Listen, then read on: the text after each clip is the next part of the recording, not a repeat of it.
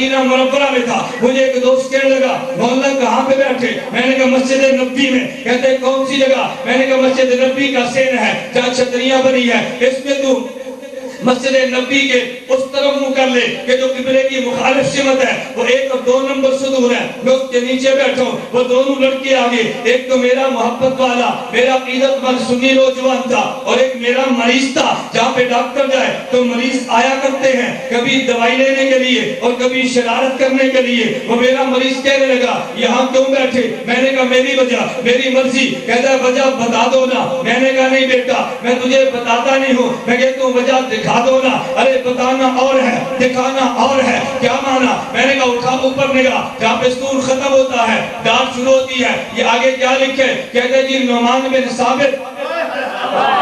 میں نے کہا یہاں کیا لکھے؟ کہتے جی نعمان بن ثابت۔ میں نے کہا آنا ذرا ادھر قبلے کی طرف آ۔ ارے یہ کیا لکھا ہے؟ کہتا ہے ابو بکر۔ میں نے کہا آگے کیا لکھا ہے؟ کہتا ہے عمر۔ میں نے کہا ادھر کیا لکھا ہے؟ کہتا ہے عثمان۔ میں نے کہا بائیں طرف۔ کہتا ہے علی۔ میں نے کہا دائیں طرف۔ کہتا ہے عباس۔ میں نے کہا بائیں طرف حسن اور حسین۔ میں نے کہا آگے کیا ہے؟ کہتا ہے جی پیغمبر کا روزہ۔ میں نے کہا یہاں آخر میں کیا ہے؟ کہتا ہے جی نعمان بن ثابت۔ میں نے کہا پھر میں یہ بات کہہ سکتا ہوں نا، میں ستون کے نیچے سریے بیٹھا ہوں، علم و عمل روزے والے اس پیغمبر کو ملا ہے، اس پیغمبر سے صحابہ پیغمبر کو ملا ہے، اصحاب پیغمبر سے نعمان بن ثابت کو ملا ہے۔ ارے میں تو قدر کرتا ہوں، میں تو شکریہ ادا کرتا ہوں نعمان بن ثابت کا، علم اصحاب پیغمبر سے لیتا ہے، ان کا شکریہ ادا کرتا ہوں، وہ علم اس روزے والے پیغمبر سے لیتا ہے۔ میں نے کہا ہاں ہاں موتو بغیظکم، ارے تو غیظ و غضب میں جل جا، تو مر جا، خودکشی کر جا، تب بھی پیغمبر کے روزے کا تو رنگ بھی نہیں مٹا سکتا۔ اصحاب پیغمبر کے نام چمکتے رہیں گے،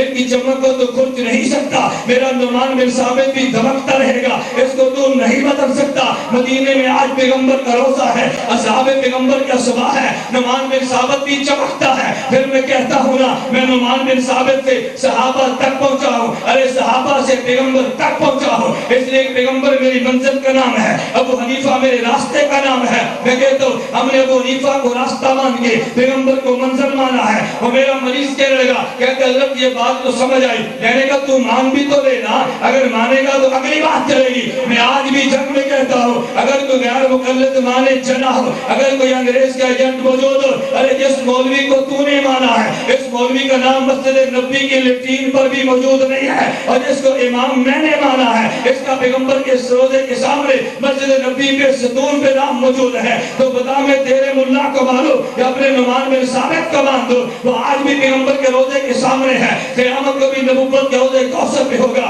وہ مجھے پھر کہنے لگا مجھے یہ تو بتاؤ نا یہ پیغمبر کا روزہ اس میں پیغمبر صلی اللہ علیہ وسلم جو موجود ہے؟ میں نے کہا جی ہاں۔ کہتے ہیں اگر کوئی بندہ دعا مانگے اللہ پیغمبر کی برکت سے مجھے فلاں کام کر دے، اللہ پیغمبر کے وسیلے سے میرے گناہ معاف کر دے، اللہ پیغمبر کے توفیل سے مجھے اولاد عطا کر دے، تو کیا یہ دعا مانگ سکتے ہیں؟ میں نے کہا تو بتا۔ کہتے ہیں جی نہیں مانگ سکتے۔ میں نے کہا تیرا کیا عقیدہ ہے؟ کہتے ہیں جی میرا ذہن یہ ہے ہم دعا یہ مانگے اللہ نماز کے وسیلے سے، اللہ روزے کے وسیلے سے، اللہ تلاوت کے وسیلے سے۔ میں نے کہا کیا مانا؟ عمل کے وسیلے سے مانگے تو ٹھیک ہے۔ کہتا ہے جی ٹھیک ہے۔ میں نے کہا عمل والے کے وسیلے سے مانگے تو پھر؟ کہتا ہے ٹھیک نہیں ہے۔ میں نے کہا میرے دوست مجھے تو بتا یہ روزہ خود آیا ہے یا کوئی لے کر آیا ہے؟ مجھے بتا نماز خود آئی ہے یا نماز کو کوئی لے کر آیا ہے؟ کہتے ہیں جی لے کر آیا۔ میں نے کہا لے کر آنے والے کا نام بتانا۔ کہتے ہیں محمد رسول اللہ۔ میں نے کہا اگر روزے کا وسیلہ دیا جا سکتا ہے تو لانے والے کا بھی دیا جا سکتا ہے،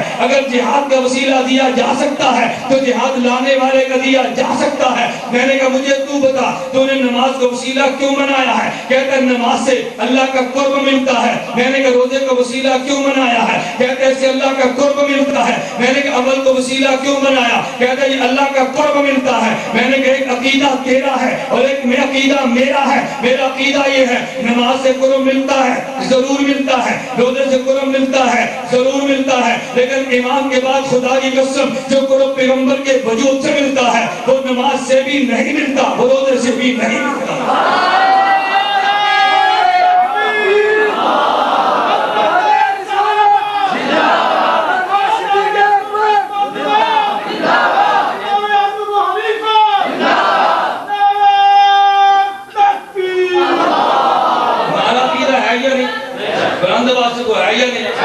نماز سے قرب ملتا ہے لیکن کجا نماز کہاں پیغمبر کا وجود، ارے کہاں روزہ، کہاں پیغمبر کا وجود، کہاں تلاوت، کہاں پیغمبر کا صلی اللہ علیہ وسلم وجود۔ میں نے کہا میرے دوست ان سے قرب تو ملتا ہے، لیکن جو وجود پیغمبر کے وجود سے قرب ملتا ہے وہ نماز اور روزے میں نہیں ہے۔ میں نے یوں بات نہیں سنائی، میں اپنی دلیل دے کر تجھے بات سمجھانے لگا ہوں۔ میرے پیغمبر نے فرمایا لا تسبوا اصحابی، ارے اپنے عمل پہ ناز کر کے میرے صحابہ کے بارے میں کبھی غلط خیال نہ لانا۔